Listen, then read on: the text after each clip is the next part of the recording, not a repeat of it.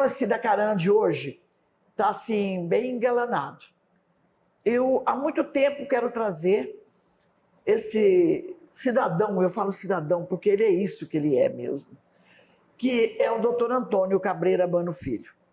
Mas houveram alguns desencontros e hoje eu estou sendo recebida aqui por ele em sua casa, em São José do Rio Preto, e nós vamos agora bater um papo e vocês vão conhecer melhor quem é Dr. Antônio Cabreira Mano Filho. Que prazer estar aqui, doutor. Mas eu sempre a pergunta primeira que eu faço é perguntar quem é você? Eu gostaria que você passasse isso aí para o meu telespectador. Obrigado, Cida. Antes de mais nada, eu quero dizer da alegria de poder revê-la aqui. Você é uma grande amiga da família, amiga da minha mãe, então nós temos muitas histórias da família junto.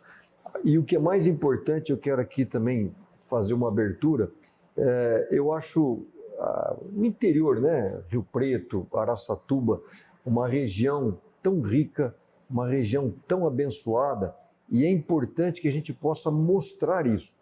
E você faz isso com galardia, entrevista pessoas, descobre coisas que a gente não sabe, né? Conta a história. Eu tenho um baú, viu? Não, e isso então eu queria dizer que os meus cumprimentos por essa iniciativa de poder mostrar as belezas, a história de vida de pessoas. Então, mais uma vez, o meu grande abraço, meus cumprimentos e a minha alegria de poder estar aqui. Bom, eu sou Antônio Cabreira Mano Filho, filho de imigrantes. Não sei se você sabe, tem uma coisa interessante para dizer quem eu sou. Se você pegar dos meus antepassados, avós e bisavós, os 4, Cida, tinham nacionalidades diferentes: italiano, espanhol, francês e português. Até que os meus filhos têm passaportes diferentes de nacionalidades, né? Mas mostra um pouco a história do que é a região que as pessoas não sabem, né? Eu mesmo desconhecia. Embora o pessoal muito Todo mundo só acha que só deu espanhol. Não, eu tenho passaporte italiano, por exemplo, por causa de um avô meu, Belino Quaglio, né? Meu bisavô, então, é italiano. O que é interessante é que eles vieram sozinhos para cá, e aqui na região se conheceram e aqui se casaram. Então, um pouco esse caldeirão cultural, né, do que é o Brasil. Então, eu sempre gosto de contar isso, porque eu sou muito grato pelos meus avós que diziam da maravilha que é o Brasil. Então, eu sou um cidadão apaixonado pelo Brasil e apaixonado pela nossa região. Pois é, mas você, quando nasceu, recebeu o nome do seu pai. Quer dizer, já começou sua responsabilidade. Sim. Ele foi também seu grande mestre? Foi. Principalmente na área do trabalho. Era impressionante a dedicação. Ele era um incansável, né? Sim, muito trabalho, e deixou um legado que, aliás, é uma coisa interessante. Se você pegar a sociedade hoje, ela é uma sociedade que quer se afastar do trabalho. Todo mundo quer lazer, todo mundo quer passear, todo mundo quer viajar, isso é justo. Mas aquilo que a gente aquilo que define o que nós somos, isso depende do trabalho que você faz. Porque se você não tem essa atividade que preenche esse vazio, você não consegue se definir. Então, essa parte do trabalho foi algo que meu pai me ajudou muito. E, aliás, o meu filho se chama Antônio Cabreira Mano Neto. Né? A gente fez questão de colocar o mesmo nome nele em razão... Ele segue seus passos também? Segue. Mas, e da sua mãe? Quais foram os ensinamentos? Principalmente pela minha avó, da dona Davina, aí já são os valores espirituais, a questão da Bíblia, da religião. E eu acho bonito o casamento, né? O pai e o filho, e a mãe e a filha, ou seja, a família em si, sempre tem aquele lado que o pai preenche e sempre tem o lado que a mãe preenche. Então, nesse ponto, eu tenho 2 grandes contribuições, esse lado espiritual, da religião, né? Eu agradeço muito a minha mãe. Desde pequeno nos levava na escola dominical, nos domingos, aquilo, então isso nos ajudou bastante. Mas, doutor, o senhor faz um trabalho com moradores de rua e dependentes químicos que muita gente desconhece. E eu foi assim, algo muito rápido. Eu tive lá na Missão Vida. Sim. E até na época você estava recebendo a primeira-dama do país, que era a Michele Bolsonaro. E eu percebi ali o trabalho, senti, conversei com alguns que estão lá, que se tratando, se cuidando, e eu me emocionei, cheguei a me emocionar com o trabalho que você faz ali, tirando essas pessoas da rua. E eu queria saber de você, como é que é esse trabalho que você tem feito lá?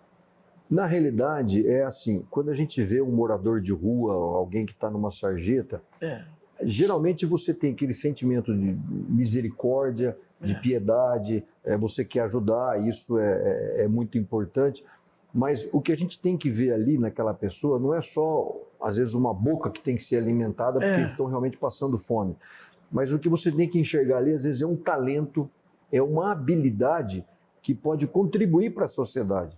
Então a missão vida é isso, não é só distribuir um sopão, dar um banho, cortar um cabelo, arrumar os dentes, não. É o depois. Porque tudo isso você faz. Faz tudo. E para ter uma ideia como aumentou, a gente acabou inaugurando lá um pouco antes da pandemia. Depois da pandemia aumentou muito, nós duplicamos e agora em janeiro nós estamos triplicando os acolhidos, como a gente chama lá.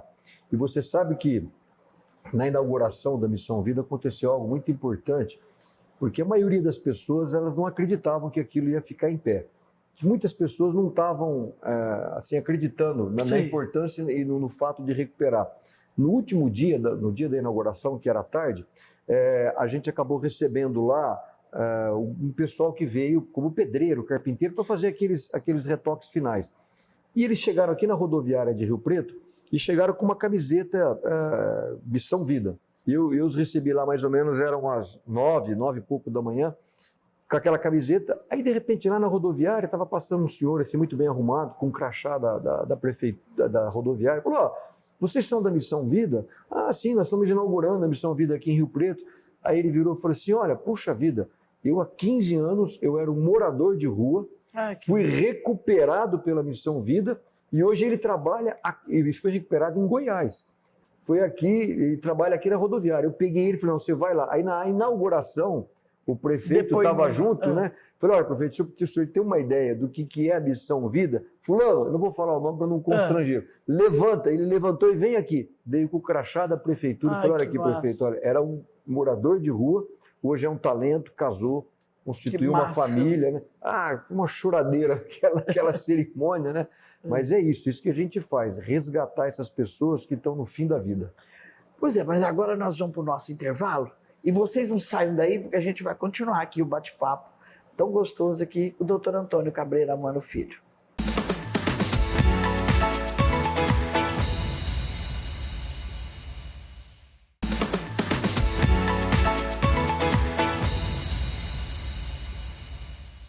Mas, doutor, a gente não pode de jeito nenhum conversar um pouquinho com você, essa oportunidade que você está me dando, se a gente não falar um pouquinho de política, né? Tá bom. Então, e eu queria saber de você, está afiliado em algum partido? Não estou, entendeu? Eu acho que a parte política foi assim já uma fase que eu contribuí. Acho que a gente não pode se omitir, a gente tem que continuar participando, mas realmente hoje estar na vitrine política, participar de um partido ou eventualmente numa candidatura, não. Essa fase ela realmente já passou. Mas nenhuma pretensão política? Nenhuma. Porque você sabe, a gente tem prestado atenção, por exemplo, dias atrás você recebeu aí uma premiação, aliás, merecida. Você que batalha pelo agronegócio hoje, que eu percebo que está ficando, se as coisas continuarem do jeito que estão, vão ficar meio esquecidos. Bom. É isso que eu sinto, como agropecuarista que eu também sou há mais de 50 anos, e eu vejo você batalhar, e lógico, muita gente, maioria dos que me assistem, hoje sabe que você foi um ministro, e o ministro da Agricultura. Quer dizer, quem conhece você, sabe do empenho seu, da sua dedicação, e hoje você roda o mundo para trazer o que há de melhor para você, por exemplo, em palestras que você profere aí de vez em quando, a última não, a gente nunca deve falar a última, a mais recente, eu saí de lá encantada, porque você transmitiu de uma forma tão bacana que você foi aplaudido de pé.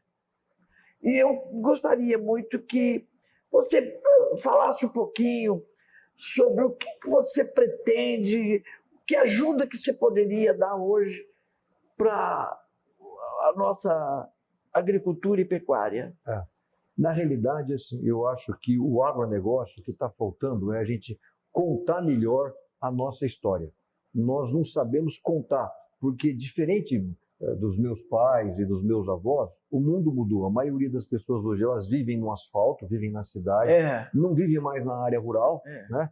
Então isso ficou, as pessoas se esquecem do que era o agro.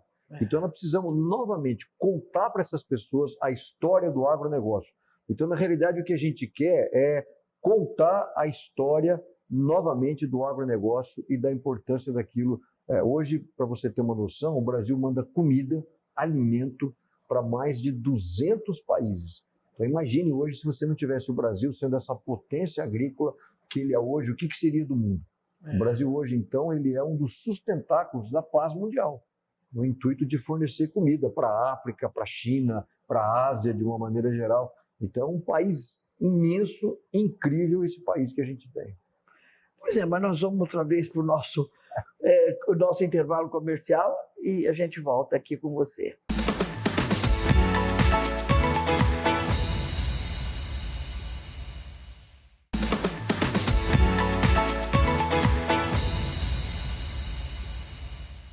Mas, doutor Antônio, eu me lembro, passa agora o filme pela minha cabeça, a sua posse como ministro. Eu estive presente, enfrentei ônibus, porque foram vários ônibus que saíram aqui de Rio Preto, sua mãe Dorinha ajudando a coordenar tudo, e ela falava para mim no telefone, olha, assim, que não tinha WhatsApp. Nem celular tinha. Cida, eu conto com a sua presença. E eu passei, acho que 2 ou 3 dias em Brasília, que foram os melhores que eu passei, acho que até na minha vida. Porque eu fiquei acompanhada numa suíte, no hotel, junto com mais 2 amigas, e a gente só ria, só se divertiu. Mas, doutor, essa experiência tua como ministro, valeu a pena? Valeu. Foi uma lição de vida que eu tive e uma oportunidade de entender um pouco a parte política, não no sentido de você ser um político, porque a gente sempre imaginava assim, bom, eu vou chegar em Brasília, eu vou acordar 1 hora mais cedo, vou dormir 1 hora mais tarde, vou trabalhar, e na realidade não é assim. E esse é o preço da democracia, e é o único caminho que a gente tem, ou seja, você precisa de um congresso. Então você precisa negociar, precisa ter parlamentares, deputados, precisa ter senadores. Tanto é que naquela época não existia o que a gente chama hoje de bancada ruralista. Hoje, graças a Deus, e o que ajuda muito o agronegócio é a bancada ruralista, que é um anteparo para que não se faça coisa errada, que não se faça coisa ruim para o setor. Então essa foi a importância. E também me deu a oportunidade de conhecer mais o Brasil. Porque às vezes a gente pensa que conhece o Brasil e aí no Ministério rodei o Brasil inteiro. Então esse país é incrível, Cida. Você tem lugar aqui no Brasil onde você sai de um lugar que você está plantando uma determinada cultura e quando você chega no outro lugar, aquela mesma cultura você está colhendo. O Brasil é o único país do mundo, por exemplo, que planta soja em 2 hemisférios. A soja de Roraima, ela é plantada igual a soja norte-americana. Então, eu não sabia. É o inverso. E no Mato Grosso? Mato Grosso, a grande parte, só um pedacinho do norte. O sul você planta agora, num determinado período, enquanto você colhe lá em Roraima. Então, olha que interessante. É o único país do mundo em que acontece isso. Aqui então, tudo acontece também. Então, na realidade, não é um país. Isso é um continente para você ter essa dádiva de Deus de você poder ter essas coisas. Então, é isso que eu estou dizendo. Aí você começa a valorizar o país. E o meu avô, Antônio Cabreira Batista, ele sempre tinha uma frase que ele dizia o seguinte, eu gosto muito de repetir isso. A pessoa reclama, o Brasil tem muito problema. Ele sempre dizia, o Brasil é um país abençoado. O Brasil não tem problema nenhum. Não tem mesmo, não tem risco de terremoto, não tem risco de furacão. Os problemas que a gente tem, ou são os políticos, ou é o governo, ou é regulamentação, ou é burocracia. Isso a gente pode mudar. Agora, o que é mais importante? O país a gente já tem, né? É verdade. Mas, doutor, hoje que nota nós estamos aí há 12 meses do governo Lula? Que nota que você daria para o governo Lula? Eu não daria uma nota boa.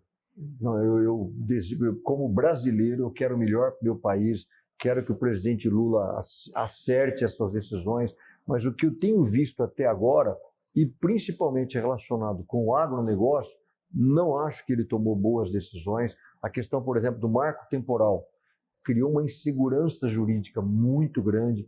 Essa valorização que o presidente Lula tem pelo MST, isso é o desrespeito ao direito de propriedade.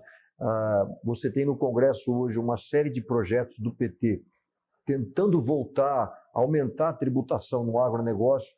Então, se o agronegócio é um case de sucesso, né? Hoje é o que arrasta a economia, que gera superávit comercial, por que tributar, por que penalizar esse setor?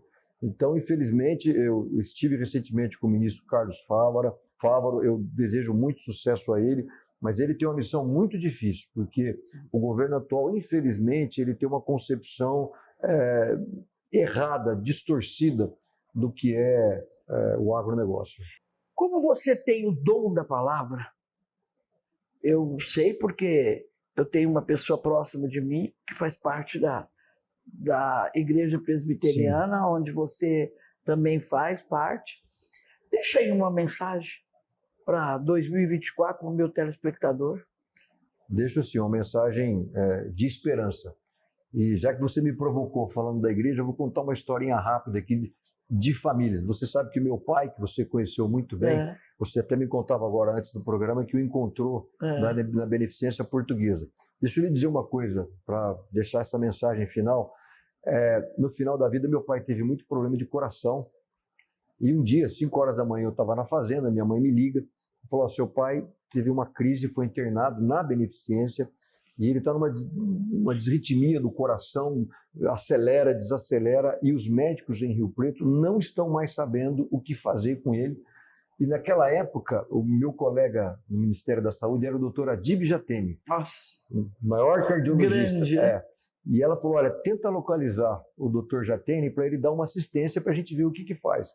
Eu peguei o telefone, naquela época eu não tinha celular, liguei para minha esposa, Ângela, falei, Ângela, tenta localizar o doutor Jatene, explica aí assim, assim, assim. E eu saindo da fazenda e vindo para Rio Preto, né? Ela falou, não, pode deixar, foi ligando, eu viajei mais ou menos uma meia hora de caminhonete, parei num posto de gasolina, liguei para ela, Ângela, você conseguiu algum contato com o doutor Jatene? Aí ela respondendo, falou, olha, não consegui. Naquele ano eu estava vendo um congresso mundial de cardiologia que era em Moscou, na Rússia. E o homenageado daquele ano era o Dr. Jatene. Ele tinha ido para Moscou e a secretária falou, ele só retorna daqui 3 dias. E foi tão interessante que a minha esposa estava na fazenda do meu sogro, em Auriflama. E é uma fazenda que está mais ou menos assim, uns 3 quilômetros do asfalto, tem uma casa muito bonita, uma varandada. É perto da minha fazenda. Exatamente, Mas olha só, Chida, ela estava sentada na sala, no telefone, eu num posto de gasolina, e eu falei para ela, Ângela, vamos fazer uma oração. Aí fizemos uma oração rápida e tal, desliguei o telefone, vim para cá. A hora que ela desligou o telefone, começa a encostar uma caminhonete e desce alguém e começa a bater palma. Aí ela vai se levantando, ela vai se aproximando e vai se levantando, a pessoa está batendo palma, ela vira e fala assim, mas o senhor não é o doutor Jatene? Ele vira e fala assim, sou eu mesmo, olha, eu estou perdido, a senhora poderia me arrumar um telefone? Ela fala, doutor Chatene, nossa, eu sou esposa do Cabreira, nós estamos desesperados procurando o senhor. Aí ele vira e fala assim, foi Deus que me mandou aqui. Olha só, doutor Chatene, ele antecipou a viagem dele em 3 dias, não contou para a secretária, pegou o carro, queria conhecer uma fazenda lá próximo de Oriflama, se perdeu, foi parar na fazenda do meu sogro. Aquilo, Cida, salvou a vida do meu pai naquele dia. Então, a mensagem de esperança que eu quero deixar para você, Deus ainda aquece corações e faz coisas maravilhosas que a gente não sabe que acontece. Bom, gente, depois dessa aula, mais uma aula, eu estou aqui, vocês percebem pela minha voz, eu estou emocionada com essa história. Porque você conhece o meu pai, né? Imagina aquele... E como conheci seu pai? Um leão. E eu sempre comparei ele com o meu pai. O meu pai era aquilo ali, uma edição um pouquinho piorada, porque meu pai foi bem antes do seu pai. Tá. Então eram outros tempos. Era a época do Dato Vettorazzo, do Abílio Gigante, que eram os amigos do meu pai, do Luciano Figueiredo Ferraz, que eram os mais próximos amigos do meu pai. Então, eu quero, antes de mais nada, eu quero enviar meu grande abraço para sua esposa Ângela. Obrigado. A Ângela eu conheci também mocinha, ela ainda é moça até hoje. Você trata ela muito bem, ela está bem conservada, está bonita ainda. E conheci demais o pai dela lá no Banespa, quando ele... Seu Ângelo.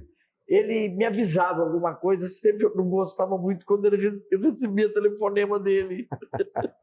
Mas olha, eu quero desejar a você, aos seus filhos, a toda a sua família Cabreira, que eu gosto tanto, que vocês tenham um Feliz Natal. Que 2024 seja de grandes conquistas, muitas alegrias aí para a vida de todos. Amém. E muito obrigado por essa oportunidade que você está me dando de eu mostrar um pouquinho, muito pouco hoje, viu? Mas um dia eu vou voltar aqui para contar mais histórias.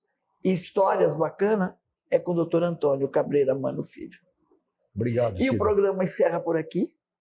Eu agradeço mais uma vez a grande audiência de todos vocês e fiquem ligados, todos os sábados, aqui no SBT.